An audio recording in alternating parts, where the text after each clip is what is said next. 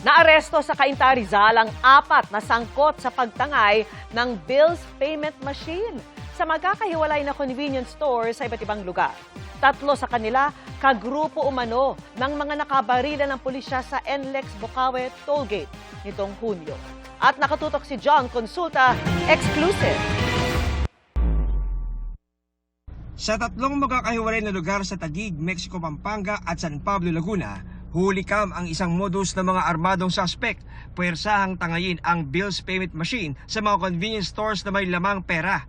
Base sa kuha ng CCTV, wala pang 2 minuto ay nabaklas at naisakay na sa kanilang pulang getaway vehicle ang target na makina.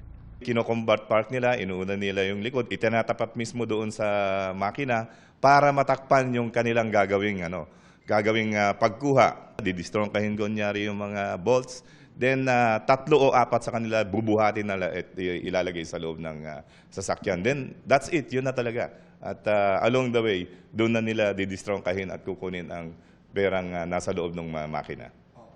Sa isang operasyon sa Cainta Rizal, nahuli ang 4 na suspect habang may bibiktimang dapat na convenience store. Na-recover sa kanila ang mga gamit sa pagninakaw.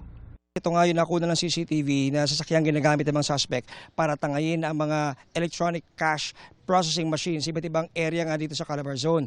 At sa tuwing sila'y sumasalakay, gumagamit sila ng iba't ibang plaka na lahat puro nakaw.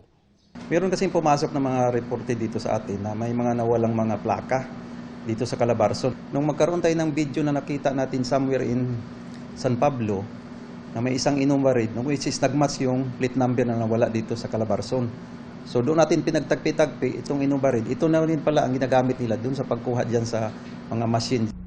3 sa 4 na aresto, dati nang nakulong sa Bilibid dahil sa kasong robbery. Kagrupo rin daw nila ang 3 suspect na nahuli sa NLEX Bocaue Tollgate ilang linggo na ang nakararaan.